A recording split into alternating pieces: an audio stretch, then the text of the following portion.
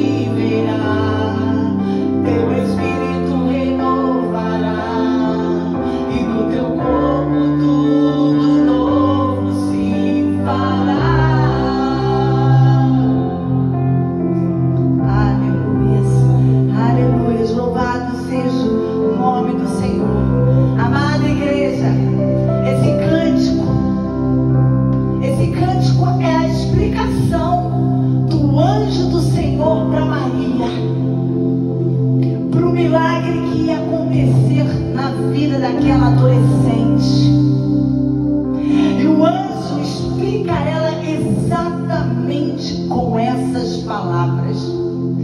E nesta noite, a palavra de Deus para a minha vida e para a tua é: tem um mensageiro do Senhor querendo entregar uma mensagem para você. Tem um mensageiro do Senhor querendo entregar uma mensagem para você. Você vai ficar surpreso com o mensageiro. Você vai ter dúvida da mensagem. Vamos abrir a palavra do Senhor. Lucas. Livro de Lucas, Evangelho de Lucas. Capítulo 1. A partir do verso 26. Irmãos, antes de nós começarmos a leitura, deixa eu falar um pouquinho de Lucas. Lucas, ele foi um médico amado. O Lucas era médico. Lucas não era pescador. Lucas era um médico. Lucas era um jovem estudado, culto, grego, mas que em algum momento da sua vida ele teve a oportunidade de estar no local e ouvir a pregação de Jesus, e ali se entregar ao Senhor Jesus e passar a seguir os apóstolos. Lucas representa eu e você na nossa vida normal. Lucas tinha uma vida normal, como qualquer um de nós. Ele estudou, ele foi para uma faculdade, ele trabalhava, mas num momento ele para tudo para ouvir a pregação. E quando ele para tudo e ouve a pregação, ele tem um encontro com o Senhor Jesus. E ele passou a ser o companheiro do apóstolo Paulo. Porque aonde os apóstolos, os discípulos estavam, Lucas queria estar. Porque Lucas queria aprender sobre Jesus. Lucas queria ouvir o que Jesus fez aqui na terra. Jesus já havia morrido. Jesus já havia sido crucificado. Jesus já havia ressuscitado. E Paulo teve o nascimento dele após a vinda de Jesus aqui. Mas Lucas, ele queria ouvir todos que foram testemunhas da passagem de Jesus aqui na terra. Lucas ia lá, ia conversar. Lucas ia buscar os fatos, as narrativas. Lucas queria provas. Lucas queria passar aquela palavra, mas com uma veracidade, com uma verdade, não como um caso contado. Então ele procurava testemunhas oculares que viram verdades para que ele pudesse repassar. E o Evangelho de Lucas foi o único livro da Bíblia que foi escrito por um gentio. Lucas era gentio, Lucas não era judeu, Lucas era grego. Foi o único evangelho escrito por um gentio. Então, quando nós vamos ler o livro de Lucas, nós vamos notar uma diferença dos outros, de Mateus, de Marcos, porque Mateus e Marcos eram judeus, sabiam da cultura judaica. Lucas não. Interessante que o evangelho de Lucas, ele foi escrito para uma pessoa. Lucas se direciona para uma pessoa lá no capítulo 1, versículo 1, para falar que ele está escrevendo. Vamos ler para quem que Lucas está escrevendo? Capítulo 1, versículo 1. Tendo em vista que muitos já se empenharam em elaborar uma narrativa histórica sobre os eventos que se cumpriram entre nós, conforme nos transmitiram os que desde o princípio foram testemunhas oculares dos fatos e servos dedicados à palavra. Eu pessoalmente, olha o que Lucas está falando no versículo 3. Eu, Lucas, pessoalmente investiguei tudo em minúcia a partir da origem e decidi escrever-te um relato ordenado. ao excelentíssimo Teófilo. Quem era esse Teófilo? Quem era este homem no qual o livro da Bíblia foi direcionado para ele, explicando tudo o que Jesus havia feito aqui na terra? O nome Teófilo significa amigo de Deus. Theo, Deus. Filos, amigo. Teófilo, amigo de Deus. Amados, Lucas escreveu este evangelho para todos os amigos de Deus. Aleluia. Quando ele põe no início para quem que ele estava escrevendo isso, o significado do nome de Teófilo, que era um comandante romano de uma alta patente, cristão, que se converteu. Não é muita coincidência o nome deste homem significar amigo de Deus. Lucas ser gentio. Lucas estava escrevendo para todos os gentios amigos de Deus. Lucas escreveu tudo isso aqui para mim e para você, porque nós somos os gentios amigos de Deus. Nós não somos judeus, nós somos filhos adotivos. Nós fomos enxertados na árvore genealógica de Jesus. Eu e você tem teu nome lá na genealogia de Jesus.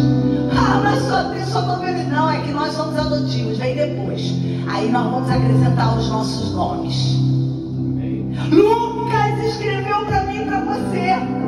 Ele está explicando tudo que Jesus fez aqui na terra como uma visão de um de nós que não somos da cultura judaica. Se for ler o livro de Mateus, Mateus vai fazer a mesma narrativa, só com uma visão diferente, porque Mateus era judeu. Então, Lucas, o Evangelho de Lucas é para mim e para você. Todos os livros da palavra de Deus vai ser para nós, mas leia com atenção, porque você pode ter certeza que quem escreveu Lucas era como um de nós. Lucas ele apenas relatou os fatos, ele escreveu os fatos, ele procurava pessoas que estavam vivas até aquela época e que andaram com Jesus e que podiam falar a verdade. Lucas está dizendo aí que tinham vários escritores, várias pessoas que escreveram sobre o caminho de Jesus aqui na terra quando ele esteve aqui. Ele seria mais um, só que ele estava escrevendo para os amigos de Deus. E ele se preocupava com a veracidade dos fatos. Então eu não podia deixar de falar isso para vocês. Nós vamos falar de uma mensagem especial. Essa mensagem especial, Deus quer mandar ela para você. Deus quer mandá-la para mim. Será que nós vamos receber esse mensageiro? Será que nós vamos abrir a porta para deixar o mensageiro entrar e entregar a mensagem? Lucas, capítulo 1, versículo 26. Gabriel anuncia o nascimento de Jesus. Então, no 6º mês, Deus enviou o anjo Gabriel para Nazaré, uma cidade da Galileia, a uma virgem prometida em casamento a certo homem chamado José, descendente de Davi, e o nome da virgem era Maria. O anjo chegou ao lugar onde ela estava e, ao se aproximar, lhe declarou: alegra-te, muito agraciada, o Senhor está contigo. Diante de tais palavras, Maria ficou intrigada, imaginando qual poderia ser o motivo daquele tipo de saudação. Mas o anjo lhe revelou: Maria, não temas, pois recebeste grande graça da parte de Deus. Eis que engravidarás e darás à luz a um filho, a quem chamarás pelo nome de Jesus. Ele será grande e será chamado Filho do Altíssimo. O Senhor Deus lhe dará o trono do seu pai Davi, e ele reinará para sempre sobre o povo de Jacó, e o seu reino nunca terá fim. Então perguntou Maria ao anjo: mas como acontecerá isso? Pois jamais tive relação sexual com homem algum. Então o anjo lhe esclareceu: ah, Maria, sabe como é que vai acontecer? Olha, Maria, o Espírito Santo virá sobre ti, e o poder do Altíssimo vai te cobrir com a sua sombra, e por esse motivo o ser que nascerá de ti será chamado Santo, Filho de Deus. Saiba também que Isabel, tua parenta, dará à luz a um filho, mesmo em idade avançada, sendo que este já é o 6º mês de gestação para aquela que julgavam estéril. Porquanto, Maria, para Deus não existe nada que lhe seja impossível. Diante disso declarou Maria: eis aqui a tua serva, que se realize em mim tudo conforme a tua palavra. E em seguida o anjo partiu. Vamos começar falando sobre esse mensageiro. Esse mensageiro nada mais era do que um anjo, o homem todo-poderoso de Deus. O significado do nome Gabriel: homem poderoso de Deus. Deus separou ali dos seus anjos aquele que ele considerava o mais forte para descer para entregar essa mensagem. Porque quando o Senhor libera a palavra, quando o Senhor libera a mensagem para mim e para você, há uma peleja no mundo espiritual. Você pensa que o mundo, ele se resume na terra ou no céu? Tem as regiões celestes. Nessas regiões celestes habitam os espíritos do bem e também do mal. Quando Deus manda uma palavra, quando você ora ao Senhor, você faz uma petição ao teu Deus, pensa que vai ser fácil ela chegar como resposta até você? Pensa.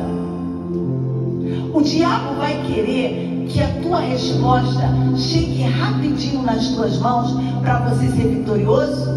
Não. Ele vai fazer de tudo para um mensageiro, para Gabriel não chegar até você. Há uma luta no mundo espiritual. Anjos e demônios lutam, e anjos são vencedores para chegarem aqui e entregar a mensagem para você. Essa mensagem que Gabriel iria entregar àquela adolescente. Maria era uma adolescente. Pensa que Deus só fala com adulto, é? Pensa que Deus só se preocupa com os adultos, com os anciãos? Deus fala com criança, Deus fala com bebês, Deus fala com adolescente. Olha aí, adolescente, você que se acha rebelde, agressivo, dá resposta para todo mundo porque está se achando um adulto prematuro. Deus quer entregar uma mensagem para você. Deus quer entregar uma mensagem para você, e Ele vai mandar aquele anjo fortão dele para a mensagem chegar até você. Porque essa mensagem precisa chegar ao destinatário. Essa mensagem precisa chegar até a mim e a você. E Deus manda o Todo-Poderoso de Deus, Gabriel. Gabriel vai você, porque vão vir tentar contra você.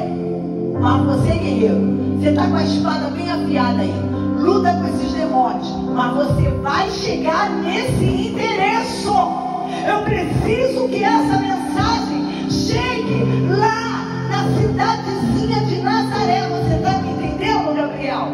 Ela tem e chegar na cidade de Nazaré. Que cidade era essa? O mensageiro todo-poderoso de Deus tem que descer e entregar uma mensagem. Que cidade era essa? Será que era uma cidade feito Cafarnaum? Uma cidade glamurosa, grande, cheia? Nazaré era chamada até de aldeia. Nazaré era uma vila. Nazaré tinha no máximo 150 pessoas. Nazaré ficava lá no baixo da Galileia, longe do centro comercial da Galileia, ficava lá embaixo. Nazaré era um lugarzinho que os viajantes vinham de todo lugar e passavam por ela.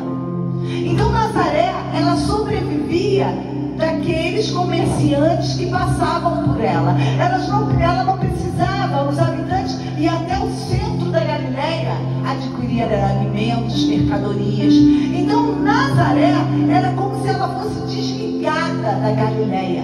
Por isso que a gente vê tanto preconceito com Nazaré. De certa vez, Jesus estava pregando lá em Nazaré.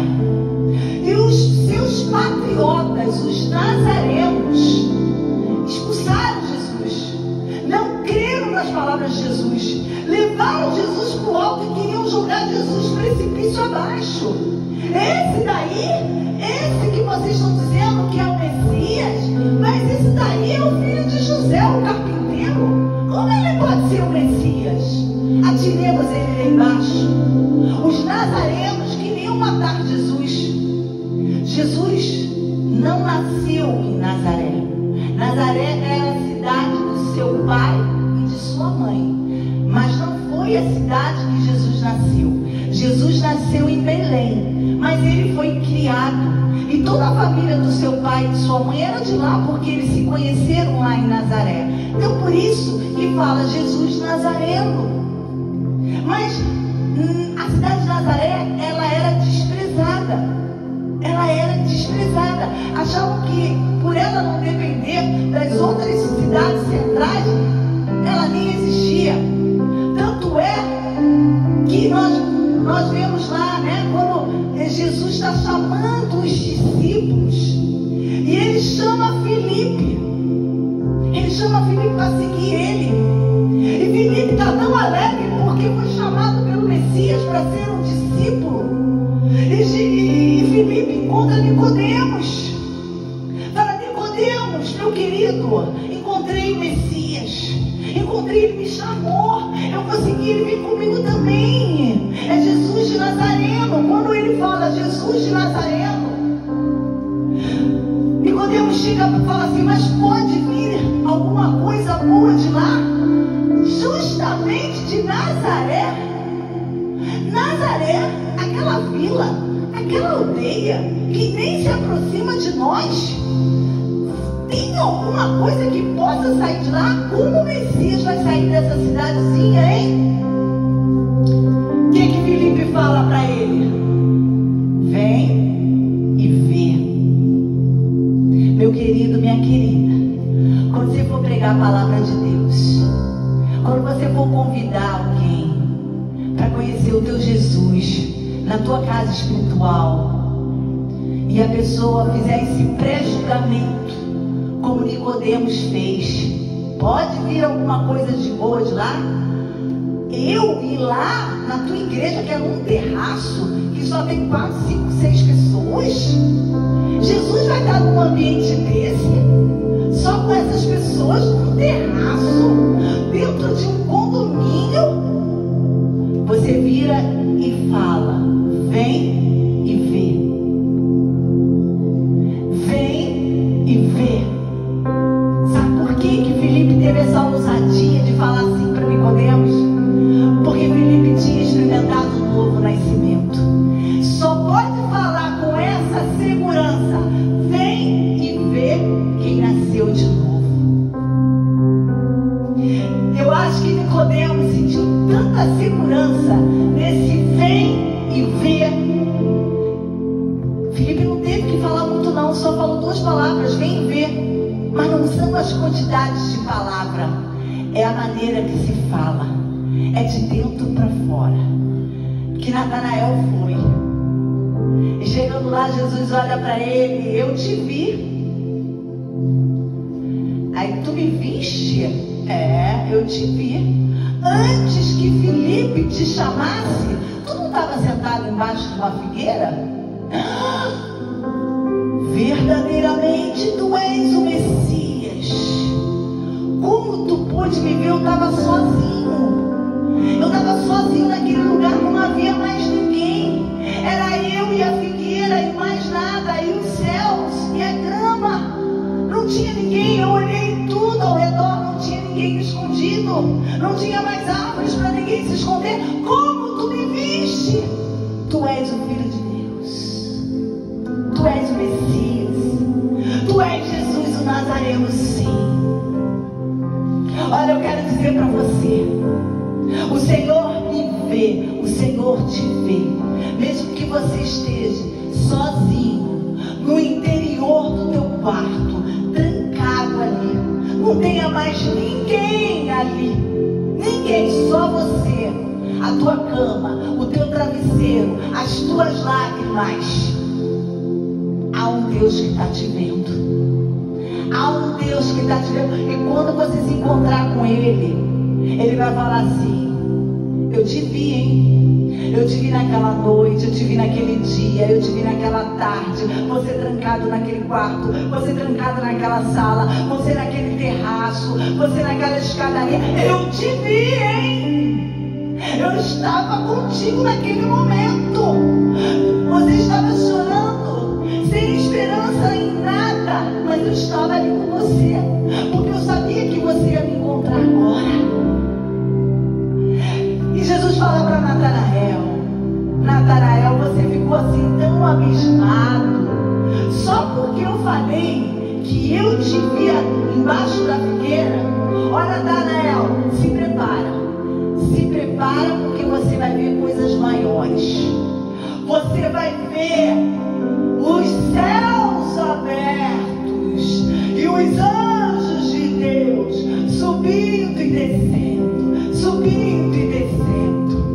Eis que nessa hora eu te dou a visão espiritual, Natanael.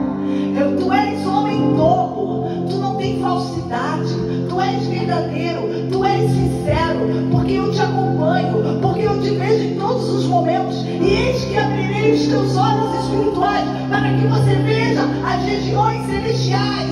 E eu creio que na hora que Jesus estava ali na crucificação, eu creio que não está escrito, mas Natanael devia estar ali olhando e vendo todo o mundo espiritual, o que estava acontecendo no mundo espiritual. Ele estava vendo a alegria dos demônios quando Jesus estava sendo crucificado, mas ele também viu quando Jesus entregou o seu espírito, o espírito sendo guiado pelos anjos. Ele via o alvoroço, anjos subindo, anjos descendo, anjos subindo, anjos descendo. É a visão espiritual. A visão espiritual que Deus abriu para Natanael. Eu me lembrei ontem da palavra da pregação do pastor. É pecado duvidar? Natanael duvidou. Não é pecado, às vezes nós duvidamos, mas que a dúvida seja para que a gente tire as nossas conclusões certas e verdadeiras. Que a dúvida não sirva para nos afastar da verdade, mas que a dúvida sirva para nos direcionar à verdade. Natanael duvidou sim, mas aquela dúvida o levou à verdade. Ele não endureceu o coração dele. Ele não bateu nos peitos e disse: eu sou o dono da razão, eu é que estou com a razão. Não. Ele ouviu Filipe falar, ele foi com Filipe, ele viu Jesus e ele ouviu tudo que o Senhor estava falando. Essa mensagem que Deus mandou o Todo-Poderoso levar até Nazaré, mandou Gabriel levar até a cidade de Nazaré. Quem estava lá para receber essa mensagem? Quem era o destinatário dessa mensagem? Essa mensagem ia chegar em qual rua, em qual casa da cidade de Nazaré. Ia chegar numa rua, ia chegar numa casa da família de uma adolescente chamada Maria. E Maria devia estar nos afazeres, como qualquer adolescente daquela cultura judaica ali, devia estar ajudando a mãe, lavando a louça, preparando o almoço. De repente, ela deve ouvir um som na porta, e ela deve chegar na porta e abrir a porta, e de repente ela se dá de cara com um anjo. Quem já viu anjo? Eu nunca vi um anjo, mas confesso que se eu visse um anjo, eu ia ficar impactada, surpresa. Eu imagino que a adolescente Maria teria ficado: uau, é um anjo, tá aqui na minha porta. E sabe o que o anjo vira para Maria e fala para ela? Ele fala assim: salve, agraciada. Sabe o que quer dizer salve? O anjo estava falando para ela assim: fica feliz, fica feliz, fica feliz. Você é uma agraciada. Você foi escolhida para receber a graça de Deus. Fica muito feliz, porque eu consegui chegar no teu endereço. Houve uma luta, uma resistência. Olha como é que eu estou toda arranhada aqui. Eu tive que brigar muito. Os demônios não queriam deixar eu chegar até aqui, mas eu cheguei. Fica feliz, porque você abriu a porta. Você poderia estar dormindo, mas você estava acordada. Parecia que estava me esperando. Eu nem fiz muito barulho e você já veio abrir. Fica feliz, agraciada, pois eu tenho uma mensagem de Deus para você. Eu acho que aquela adolescente deve ter ficado assim: pode falar o que você quer falar comigo. Acho que ela ficou até sem voz. E o anjo olha para ela: eu tenho uma mensagem de Deus para você. Olha, minha adolescente, Deus te escolheu. Ele me escolheu. Para quê? Ele te escolheu para você gerar o filho dele. Mas eu sou só uma adolescente. Eu sou até noiva. Eu já estou comprometida. Mas eu ainda não me casei. Eu ainda não tive contato com nenhum homem. Eu sou virgem. Como é que eu vou dar à luz ao filho de Deus? Eu não tenho ainda um marido. Eu só tenho um noivo. Eu sou virgem. Como isso vai ser possível? Eu acho bonito que Maria, ela não duvidou. Ela poderia falar assim: tá de brincadeira comigo, né? Ô anjo, você desceu, você veio de lá me falar uma coisa dessa? Você não sabe que isso daí não tem como acontecer? Sou virgem, nunca dormi com nenhum homem. Como é que eu vou gerar alguém? Dá licença que eu tenho mais o que fazer. Maria poderia duvidar, mas ela não duvidou. Ela pergunta: como vai acontecer? Ela já tinha certeza que ia acontecer. Agora ela só queria saber como. E se você ler os versículos anteriores, vai te narrar os primos de Maria, Zacarias e Isabel. Zacarias e Isabel eram um casal de idoso e que não tinham filhos, porque Isabel era estéril. Era um vovô e uma vovó sem filhos. E Zacarias estava servindo no templo, uma igreja. Ele estava de plantão naquele dia. E ele está lá dentro do Santo dos Santos, queimando incenso, quando é visitado por um anjo. E o anjo veio trazer uma mensagem para ele. E o anjo diz: olha, Zacarias, Deus ouviu a oração tua e da tua mulher. A tua mulher vai conceber. A tua mulher vai dar à luz a um filho. E Zacarias duvida. Querem ver? Olha lá no capítulo 1. No capítulo 1, versículo 18. Capítulo 1, versículo 18. Então Zacarias indagou do anjo: como poderei certificar-me disso? Pois já sou idoso e minha esposa igualmente de idade avançada. Como? Eu quero um sinal. Anjo, se Deus está falando a verdade, eu quero um sinal, porque isso é impossível. Eu já sou velho, eu já sou coroa, eu já não tenho mais relação sexual com a minha esposa, já acabou a minha potência, e minha esposa não tem como mais ser mãe, ela não menstrua mais, já passou da idade, nós não somos mais férteis. Ô anjo, impossível isso, né?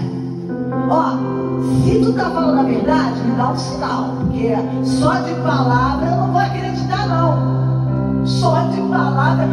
Amados, olha só os destinatários: Maria, Zacarias. Maria recebe o anjo, ouve o recado e diz: estou pronta. Como é que vai acontecer?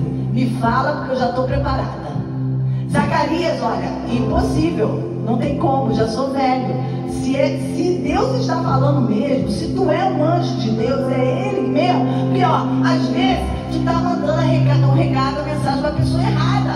Tu não bateu na porta da pessoa errada, não. Às vezes é outro sacerdote mais jovem, sou eu mesmo. Então manda ele me dar um sinal.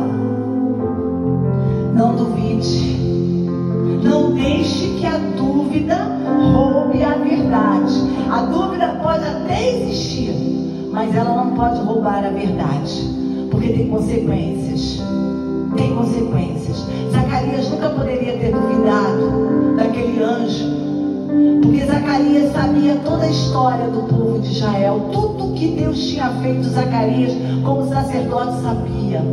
Sabia que Deus havia aberto o mar vermelho, aberto o rio Jordão, tinha livrado aqueles homens da fornalha, Daniel da cova do leão, Davi tinha vencido um gigante, o exército de Israel várias vezes venceram milagrosamente.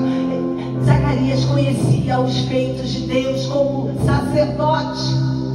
Maria poderia ter duvidado porque era uma adolescente, mas eu te digo, Maria sabia, Maria conhecia a palavra, Maria, ela tinha o conhecimento do Velho Testamento, apesar de ser uma adolescente. Pai e mãe, você que tem filho adolescente, inculca a palavra de Deus, porque pode ser que essa noite o anjo Gabriel desça até o teu filho e venha trazer uma mensagem, e ele vai acreditar, porque ele conhece o Deus. Agora, se você não inculcar a mensagem, a palavra na mente, ele vai duvidar. Maria recebeu, Maria acreditou porque ela conhecia. Maria era prima de Isabel. Maria pertencia à tribo de Levi. Maria não era qualquer pessoa, não. É por isso que o Lucas, ele prega para os gentios, ele fala para os gentios. Mateus fala de José, que era da tribo de Judá, mas Maria era da tribo de Levi. Por quê? Zacarias e Isabel eram descendentes da tribo de Levi, e ele era sacerdote. Então Maria também era. E Maria conhecia a palavra. Maria lia os pergaminhos e ela não teve medo. Ela sabia que era um anjo do Senhor. Ela sabia que aquela mensagem, mesmo ela sendo uma adolescente virgem, de alguma maneira aquilo ia acontecer. E ela, olha o que Maria fala lá no versículo, eu acho lindo, quando Maria fala assim, versículo 38, 1:38. Diante disso, declarou Maria: eis aqui a serva do Senhor, que realiza em mim tudo conforme a tua palavra. E em seguida o anjo partiu. Maria se rendeu. O anjo chegou para Maria porque ele entregou uma mensagem para ela que eu com a minha idade, eu não sei se eu estaria preparada para receber. E ele fala assim, o anjo fala para ela, ó, não duvide não. Sabe por que tu não vai duvidar? Porque lembra da tua prima Isabel, aquela vovó? É, tua prima, né? Mas ela é bem mais velha que você, né? Nunca teve filho, estéril. Pois o meu companheiro foi visitar lá o marido dela com uma mensagem. Deus mandou enviar uma mensagem que ela ia dar luz, que ela ia conceber. Para que o anjo Gabriel falou isso para Maria? Para fortalecer a fé de Maria. E depois que o anjo fala isso para ela, aí ela declara no verso 38, eis-me aqui, Senhor, eis-me aqui, a tua serva, me rendo diante de ti, faça de mim o que tu queres, eis-me aqui, rendição. O anjo só vai embora quando você se render. O anjo só saiu da presença de Maria quando ela fez essa declaração, eis-me aqui, cumpra em mim o teu querer, cumpra em mim a tua vontade, cumpra em mim o teu propósito, cumpra em mim o teu desejo, mesmo que pareça ser algo impossível, mas eu estou aqui, Senhor, faz em mim a tua vontade, o teu querer, eu estou rendida aos teus pés. Está preparado para uma visita hoje do anjo Gabriel? Está preparado? Ele vem com uma mensagem dessa, hein? Porque para o anjo descer e bater na tua porta, porque é uma mensagem muito poderosa. Será que você vai acordar? Será que você vai abrir a porta para o anjo do Senhor? Hein? Será que você vai continuar dormindo achando que é um sonho, achando que é uma visão, achando que é qualquer coisa, mas que não vale a pena levantar e abrir a porta e ver o que está acontecendo, quem é que está batendo? Se você não levantar, o anjo só vai sair dali quando você abrir a porta e se render, porque ele não saiu do céu, ele não enfrentou tudo aquilo para você desprezar ele, não. E eu queria ler também com os irmãos, Maria, depois que o anjo vai embora, que diz que a prima dela estava grávida, Maria vai lá visitar a prima Isabel. E quando Maria chega lá e vê lá de longe, ela olha e reconhece, ela, minha prima Isabel, nossa, ela está com a cabeça branquinha, hein? Mas é verdade, olha o tamanho da barriga dela, ela está grávida, e ela chega perto, e quando ela fala, ela deve ter falado, oi minha prima, e quando ela dá a saudação a Isabel, o bebê de 6 meses começa a se mexer dentro do ventre. Por isso que eu te falo, Deus não quer falar só com adultos, com anciãos, Deus quer falar com bebês.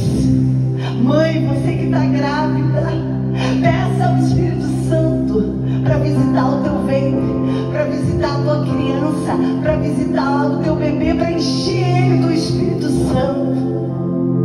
Deus quer falar com adolescentes, Deus quer falar com jovens, com crianças, com anciãos. Quem chegar para receber a mensagem dele, ele quer falar. E quando Isabel diz ali, verdadeiramente tu és a mãe do Messias, porque o meu bebê, quando ouviu a tua voz, ele ficou agitado dentro de mim.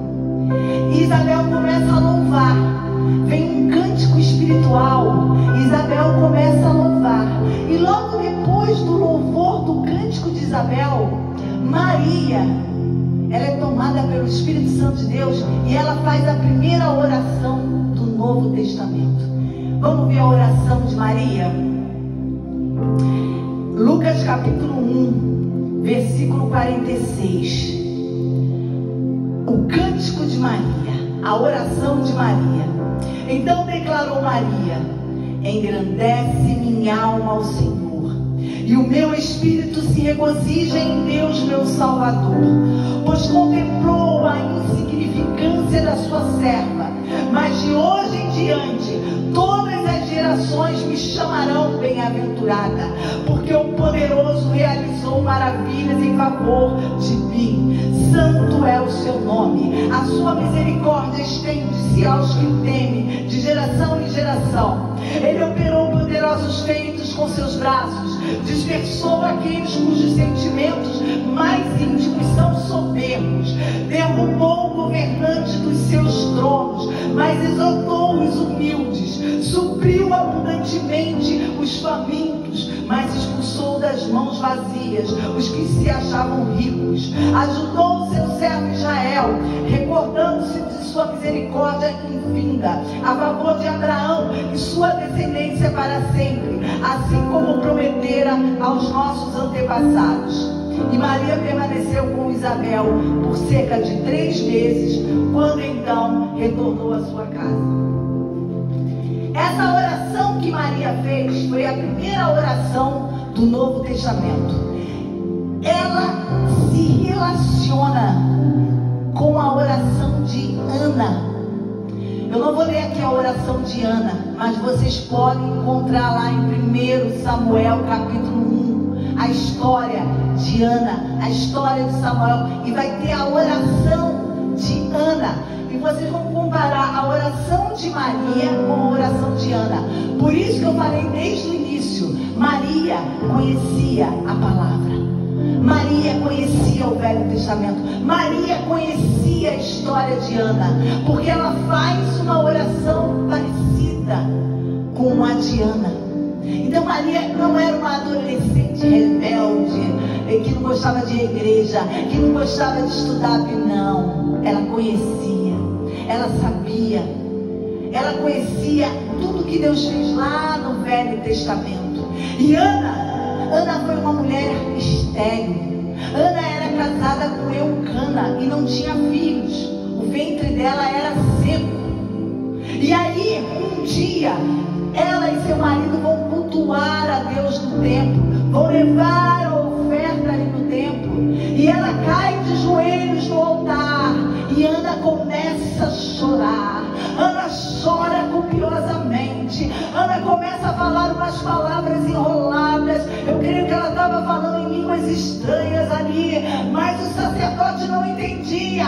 O sacerdote confundiu tudo. O sacerdote era velho. O sacerdote pensou que Ana estava embriagada e fala: minha filha, como é que você vem adorar a Deus embriagada? Olha aí, você está falando um monte de coisa, desconecta aí, você está bêbada. E ela fala: não, meu Senhor, eu não bebi álcool nenhum, eu estou aqui me lamentando com o meu Deus, porque eu peço a Ele todo ano que venho aqui a graça de ser mãe. Eu recebo todos os dias uma afronta, a outra mulher do meu marido me humilhando, debochando de mim. Eu não aguento mais, eu não aguento mais. Eu estou aqui me derramando ao único que pode me ajudar, ao único que pode fazer alguma coisa por mim. Ela deve ter falado com tanta verdade, com tanta sinceridade, que o sacerdote ele levanta: para, chega, minha filha, que Deus abençoe, que Deus abra o seu ventre e que você venha gerar a sua criança. E eles saem dali e voltam para casa. E Eucana, seu marido, dorme com sua esposa Ana. E Deus abre a madre de Ana. Deus cura o ventre. Deus cura o útero seco dela. E ela concebe. E ela faz um voto ao Senhor. Ela diz: Senhor, quando nascer teu, eu não quero. O Senhor me deu, mas eu não quero. Quando nascer, eu quero te ofertar. Eu quero dar o meu tudo. Tudo que eu queria nessa vida era um filho. O Senhor me deu. E eu não vou segurar ele para mim. Eu vou te devolver. Porque foi o Senhor que me deu. Eu não tinha condições de gerar. E o Senhor me deu. E a ti eu devolvo. Maria devia conhecer a história dessa jovem mãe Ana, do seu lamento.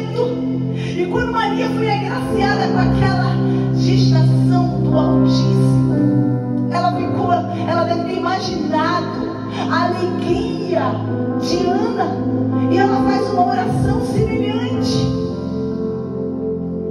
E Ana, quando teve seu filho, esperou ele desmamar. Samuel já estava desmamado, já devia ter 4, 5 aninhos. Ela pega Samuel, faz uma veste de linho, vai com o filho toda feliz até lá a cidade onde está o templo e diz: sacerdote, está aqui, eu vim entregar o meu milagre. O meu milagre é para eu devolver ao Senhor. Eu experimentei, eu gerei vida dentro de mim, era o que eu mais queria. Agora eu devolvo o meu milagre ao Senhor.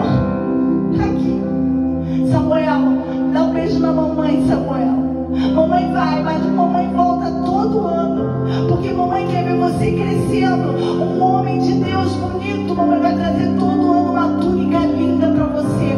Mamãe não vai deixar você mal arrumado para servir o Deus Altíssimo. Mamãe vai dar um de melhor para você servir bonito o nosso Deus, porque você é um milagre nas mãos dele. Ana devia dizer isso para aquela criança: você é um milagre, você é um milagre, você é um milagre. E aquela criança teve prazer de morar no templo com o sacerdote, aprendendo os preceitos do Senhor. Teve prazer. Samuel, quando era um adolescente, o Senhor chega para ele de madrugada. Samuel é um adolescente, Samuel é um menino, está dormindo. E o Senhor chega: Samuel. Ele acorda: e o profeta está me chamando, o sacerdote está me chamando. E chega lá no quarto do sacerdote: sacerdote Eli, o senhor me chamou, está precisando de uma coisa?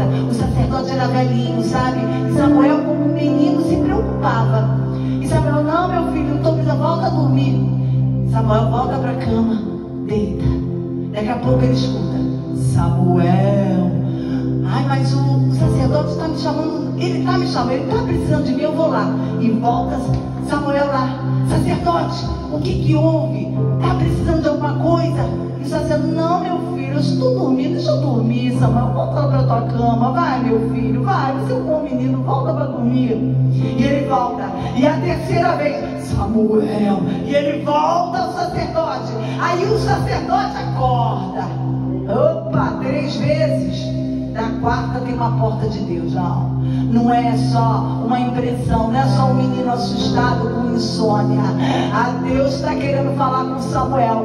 Samuel, o Criador, o teu Criador, foi Ele que te fez. Ele é o autor do milagre chamado Samuel, que tua mãe sempre te ensinou. Samuel, volta para o teu quarto, porque o autor do milagre da tua vida quer falar contigo.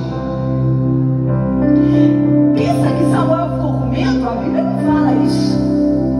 Samuel voltou para o quarto e ficou lá. Fala, pode falar, que eu estou aqui para te ouvir. Hoje eu vou conversar com o autor da minha vida. Aleluia, glória ao Senhor. Samuel, um menino. Deus fala, não fala com as crianças. Deus fala, não fala com os adolescentes. Deus fala, não fala com os bebês. E Deus ali dialogou com o pequeno Samuel. Mas o que eu quero falar essa noite vai começar agora. O que eu quero te dizer essa noite é sobre a oração de Ana e a oração de Maria. A oração de Ana e de Maria, elas apontam, elas nos direcionam para uma experiência de experimentarmos no mundo, vivermos no mundo com algo sendo gerado em nós.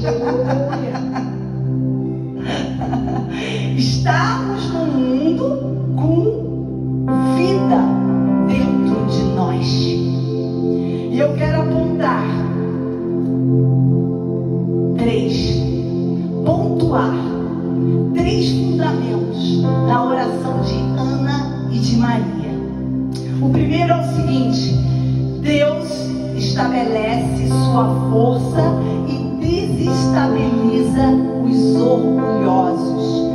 Está lá em Lucas, capítulo 1, versículo 51. Deus estabelece sua força e desestabiliza os orgulhosos. Aleluia, muito obrigada. Para você ter um sinal que você tem uma vida dentro de você, tem algo vivo dentro de você, você tem que ter esse princípio. Você tem que ter esse princípio no teu coração. Que princípio é esse? De que você vive no mundo, mas quem te fortalece é o Senhor. A força vem do Senhor. E o Senhor, Ele vai desestabilizar os poderosos. Aleluia. Esse é o princípio de nós que estamos aqui. Você está preocupado com os poderosos? Ora que Deus mexe. E quando Deus mexe, Deus desestabiliza tudo. Quem é que não lembra?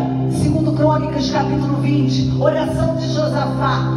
Três exércitos vindo contra o reino de Josafá. 3. Amonitas, Moabitas e os habitantes do deserto de Seir. 3 exércitos poderosíssimos vindo enfrentar o rei Josafá. Mas o rei Josafá, ele estava com esse princípio. O rei Josafá devia ler a oração de Ana. Quem é que estabelece a minha força? É Deus. Deus estabelece a minha força. E o que ele vai fazer com os meus inimigos? Com os orgulhosos? Desestabilizar. E Josafá, como clama um jejum nacional, todo o povo ia jejuar junto com o rei.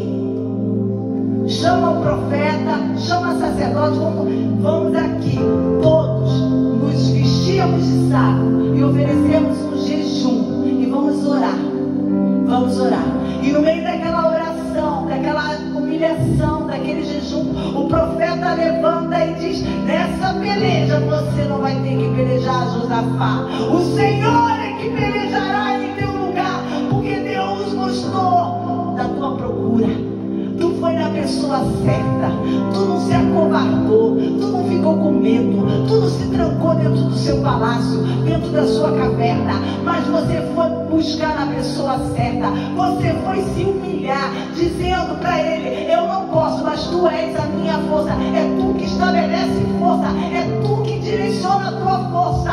E tu desestabiliza os poderosos, os orgulhosos. E Josafá pega todo o povo, põe o povo na frente do exército, todo vestido de branco e adorando.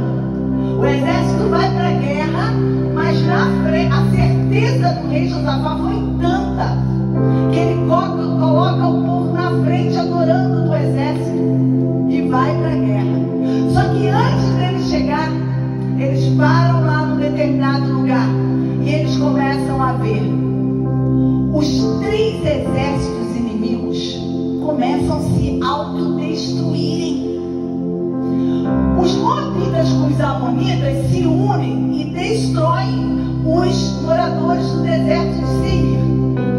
Destruíram Seir.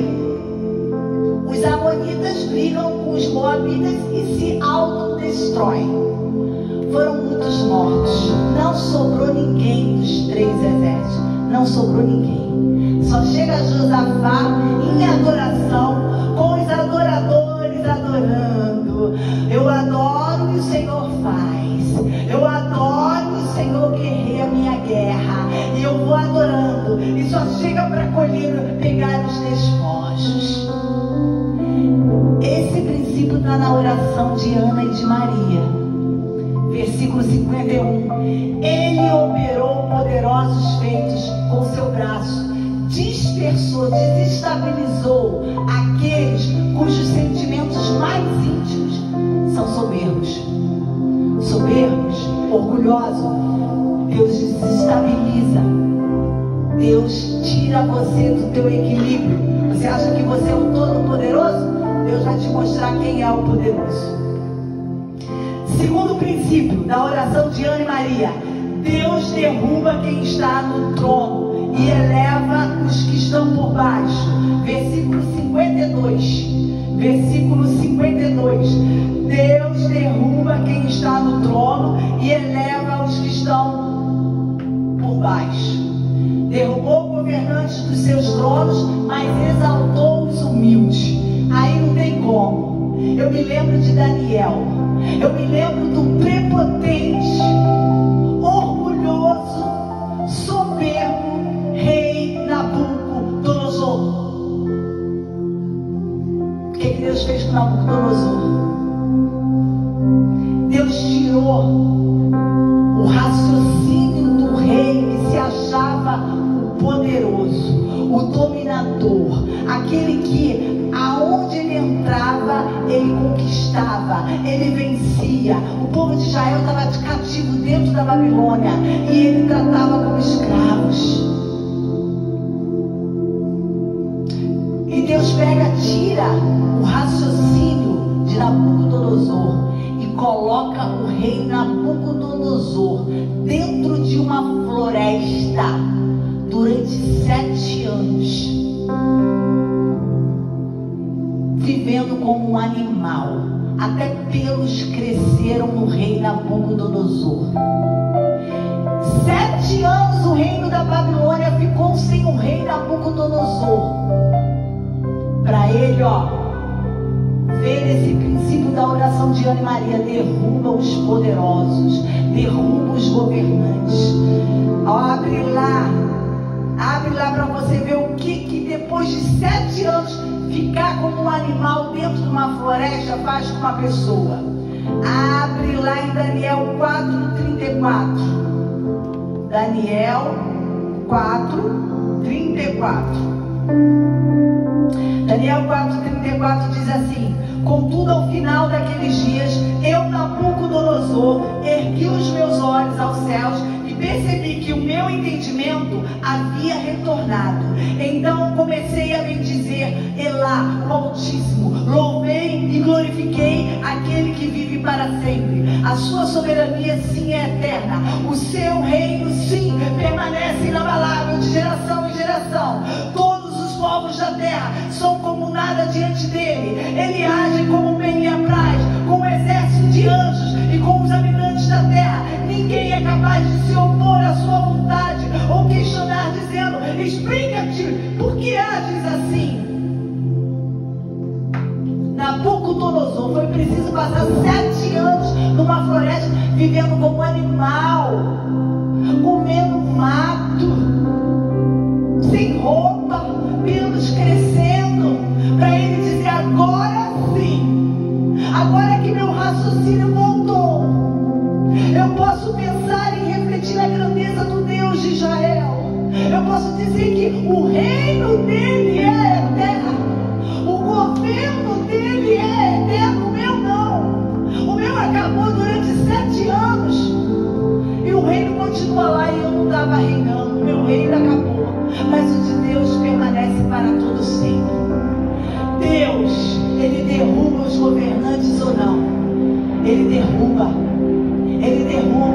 os prepotentes e os soberbos. E o outro que eu quero deixar para você: Senaqueribe, rei da Síria. Senaqueribe afrontou o rei Ezequias. O rei Senaqueribe debochou de Deus, blasfemou de Deus. O que Deus faz quando houve uma blasfêmia, hein? Abre lá, Isaías, capítulo 37. Isaías 37, 21.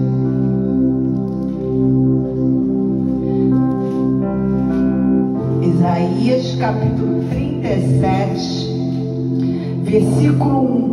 Assim que o rei Ezequias tomou conhecimento disto, rasgou suas vestes, cobriu-se de pano de saco e, em sinal de indignação, dirigiu-se ao templo de Yahvé, o Senhor. Em seguida enviou o administrador do palácio, Eliaquim, o secretário, os chefes, os anciãos e os sacerdotes, vestidos de panos de saco, a fim de consultar o profeta Isaías, filho de Amós. Então, versículo 36, capítulo 36, Só vamos ler um pouquinho da afronta de Senaqueribe. Capítulo 36, versículo 4. Diz assim: então o comandante do campo questionou, olha só o que Senaqueribe manda dizer a Ezequias, rei Ezequias: assim diz o grande rei, o rei da Síria, que confiança é essa que te apegas, hein, rei Ezequias? Digo, teu conselho e poder para a guerra são palavras vazias, rei Ezequias, não tem sentido nenhum. Rei Ezequias, em quem confias para te rebelar contra mim, que sou o poderoso da Síria? Rei Ezequias, tu está confiando no Egito? Verso 6. Aquela cana esmagada que penetra e fura a mão de quem se apoia nela? Assim é o faraó, rei do Egito, para com todos os que confiam nele. Veja que debocha até de faraó, ele debocha até do Egito. Contudo, se declarares, olha só a proposta do rei da Síria para o rei Ezequias: contudo, se declarares, confiamos em Yahvé nosso Deus, porventura esse Deus não é aquele cujos altos santuários e altares Ezequias removeu, alegando Judá e Jerusalém? Deveis adorar aqui diante do altar? Ora, faz agora um acordo com o rei da Síria, rei Ezequias. Faz um acordo com ele, meu filho. Meu senhor, eu te darei 2.000 cavalos, se é que tens cavaleiros para todos esses. Assim como poderás resistir a um só príncipe dos menores servos do meu senhor. Se confias no Egito, vos proverá carros e cavaleiros. Ele começa a afrontar, dizendo: você está confiando no Egito? Cara, o Egito já era. O Egito não tem carro de ferro suficiente, não tem cavaleiros para vir contra mim. Tu vai confiar nele, vai se dar mal. Faz logo um acordo com o rei da Síria. Faz logo um acordo. Tu vai ganhar 2.000 cavalos. Se é que tu tem cavaleiro para tudo isso. Era um povo debochado. Os assírios eram debochados. Agora nós vamos ver o que aconteceu. Capítulo 37, versículo 21. Capítulo 37, 21. Em seguida, Isaías, filho de Amós, mandou essa mensagem a Ezequias. Olha o que o profeta fala para Ezequias: assim diz Yahvé, o Deus de Israel, a quem oraste por causa das ameaças de Senaqueribe, rei da Síria. Esta é a palavra que o Senhor determinou contra ele. A filha virgem da cidade de Sião te despreza, e de ti a filha de Jerusalém meneia a cabeça para trás.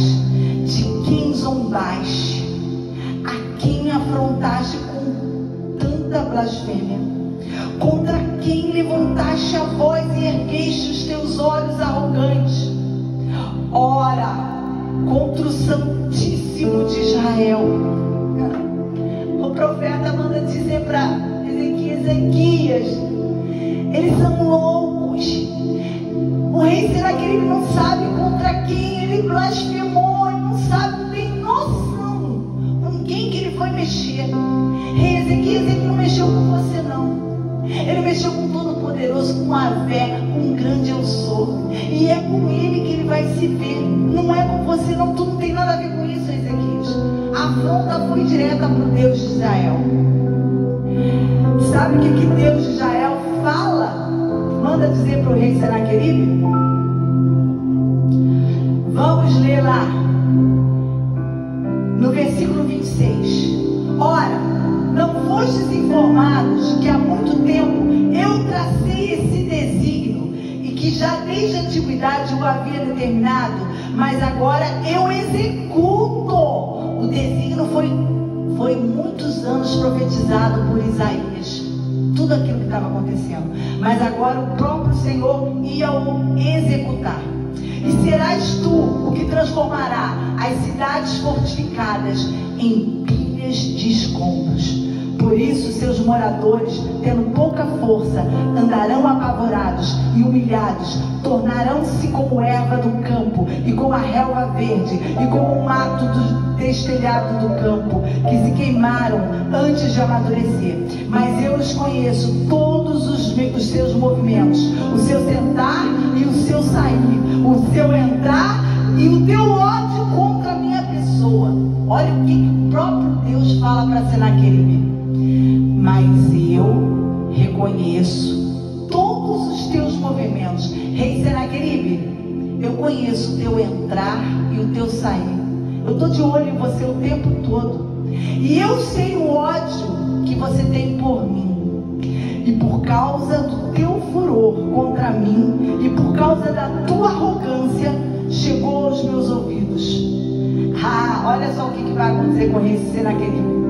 Atarei o meu anzol no teu nariz e o meu freio à tua boca, e te forçarei a voltar pelos caminhos por onde vieste. A arrogância, a prepotência não é contra você. Não é contra você.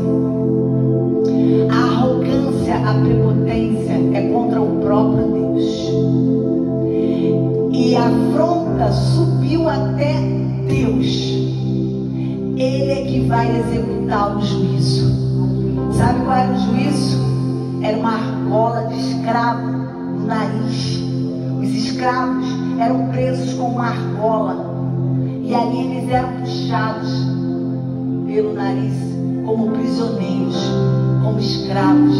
Tinha na sua boca e no seu nariz para puxar. Sabe qual foi o final do rei Senaqueribe? O exército dele perdeu. Ele foge para Nínive, e lá em Nínive ele vai adorar os deuses dele, vai pedir socorro aos deuses dele. Os dois filhos dele vêm e matam o pai. Quer brincar com Deus? Quer afrontar o Deus Todo-Poderoso? Não te aconselho a fazer isso. Ele é o justo juiz. Ele derruba os poderosos. Ele derruba os governadores. Oração de Ana, oração de Maria. Terceiro e último princípio. Deus alimenta os famintos e despede os ricos de mãos vazias. E aí eu não posso me esquecer do menino rico que vem procurar Jesus, todo feliz, vem atrás de Jesus. Jesus, o que eu tenho que fazer para herdar a vida eterna, mestre? O que eu faço para herdar a vida eterna? Olha, mestre, eu já tenho tudo aqui na terra, eu já tenho toda a riqueza do mundo, agora eu quero mais, eu quero a vida eterna. O que eu tenho que fazer como um bom moço? E Jesus fala: você já tem toda a riqueza? Você já quer a vida eterna? Muito bem, se desfaz da tua riqueza, porque para entrar no céu tu não precisa de nada aqui da terra. Dá a tua riqueza aos pobres, se desfaz dela, hein? Menino, se desfaz da tua riqueza. Tu não quer o reino dos céus? Tu já tem o reino da terra, agora tu quer o reino dos céus. Então você vai entregar os teus bens, o teu dinheiro a todos os pobres. E aí você volta aqui para mim, que aí você vai herdar a vida eterna. Porque você vai subir lá em cima. Tem tudo. Tem tudo. Tu não vai precisar de nada. Lá tem ouro, lá tem esmeraldas, tem ônix, tem as pedras mais preciosas, tem um rio cristalino. Tu não precisa de mais nada. O que acontece com o rapazinho rico? Sai de mãos vazias. Ele foi pedir a vida eterna e saiu sem ela, porque não pôde dar a sua riqueza, estava preso com os bens da terra. Quantos de nós vamos sair vazios? Não pense que é só para os ricos, não. Não pense que é só para os ricos, não. Às vezes nós não somos ricos de dinheiro aqui na terra, mas nós somos ricos de outras coisas. Estamos presos a ela. Somos ricos de uma família. Estamos presos à família. Mas o Senhor manda, Você quer entrar no céu? Você vai entrar sozinho. Lá você tem tudo. Os ricos, os que se acham abastados, seja em qualquer coisa, eles voltarão de mãos vazias. Por isso que nós devemos dizer: eu só sou rico do amor de Deus. A minha única riqueza é o amor de Deus. A minha riqueza não é nem amor de pessoas, mas é o amor de Deus. É o amor de Deus que vai me fazer herdar a vida eterna. Não precisamos mais nada. Jesus é o pão da vida. Não é o pão feito maná, que caía e não podia nem se guardar, só alimentava aquele dia, só podia comer durante aquele dia. Se passasse, aquilo azedava. Jesus é o pão da vida, que vai saciar a nossa fome para sempre. Como a carne de Jesus vira pão? É o pão que desceu dos céus. É o pão que desceu dos céus. É o pão que nos alimentou com a sua própria vida, cuja a gente relembra toda a Santa Ceia. A gente come do pão, a gente bebe do sangue, do vinho do Senhor Jesus, que representa o seu sangue. É isso que nos alimenta. A gente precisa disso para a gente herdar a vida eterna. E nessa noite eu deixo essa palavra para você. Você está preparado para receber o mensageiro de Deus, o Todo-Poderoso, o homem poderoso de Deus, Gabriel, vai descer na tua intimidade para te trazer uma mensagem. E aí você vai poder fazer a oração que Ana, que Maria fez, exaltando o poder de Deus, exaltando o poder de Deus. Ele é forte, Ele é poderoso, Ele nos alimenta, Ele é o nosso pão da vida. Fica tu com essa palavra nesta noite, em nome de Jesus. Amém. Muito obrigada. Aleluia, glória a Deus. Vamos ficar de pé nessa hora. Vamos agradecer ao Senhor. Muito obrigado pela essa palavra. Falou muito comigo. Falou muito mesmo, irmão. Olha, Deus mexeu com o meu interior.